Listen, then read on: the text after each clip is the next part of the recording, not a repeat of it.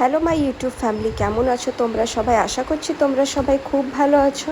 তো আজকে আমি এখানে হোয়াইট চিকেন বানাবো। তো আমি এখানে দেখো মিক্সির জারের মধ্যে পেঁয়াজ, রসুন, আদা নিয়ে নিয়েছি। আর এখানে আমি গোটা মশলা নিয়ে নিয়েছি, তোমরা চাইলে স্ক্রিনশট নিয়ে নিতে পারো।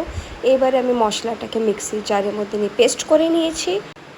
এবার কড়াইয়ের মধ্যে আমি দিয়ে দেবো সর্ষের তেল, আর এখানে আলুটা আমি ভাজতে বসিয়ে দেবো। যতক্ষণ আলুটা এখানে ভাজা হবে আমি চিকেনটাকে ম্যারিনেট করার জন্যে সব রেডি করে নেব। তো দেখো আমি এখানে চিকেন নিয়ে নিয়েছি ভালো করে ধুয়ে। এবারে সব মশলাগুলো আমি যে বেটে রেখেছিলাম দিয়ে দেব, টমেটো কুচি দিয়ে দেব। তারপরে এখানে আমি টক দই নিয়ে নিয়েছি, ভালো করে আমি টক দইটাকে ফেটিয়ে নেব, কোনো রকম কোনো লাম্পস না থাকে। দিয়ে সে চিকেনের মধ্যে আমি দইটাকেও দিয়ে দেবো।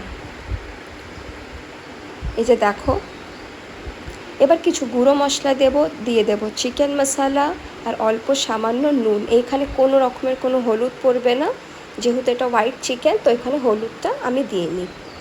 এবার ভালো করে আমি এটা মাখিয়ে আধ ঘন্টা মতো আমি রেখে দেব। আপনারা যদি চান তাহলে 1 থেকে 1.5 ঘন্টাও রাখতে পারেন। তো আমার কাছে যেহেতু বেশি সময় ছিল না, সেই জন্য আমি আধা ঘন্টার জন্য রেখেছিলাম। এবার ভেজে রাখা আলুটাও আমি তুলে নিয়েছি। এবার ওই তেলের মধ্যে আমি চিকেনটাকেও দিয়ে দিলাম।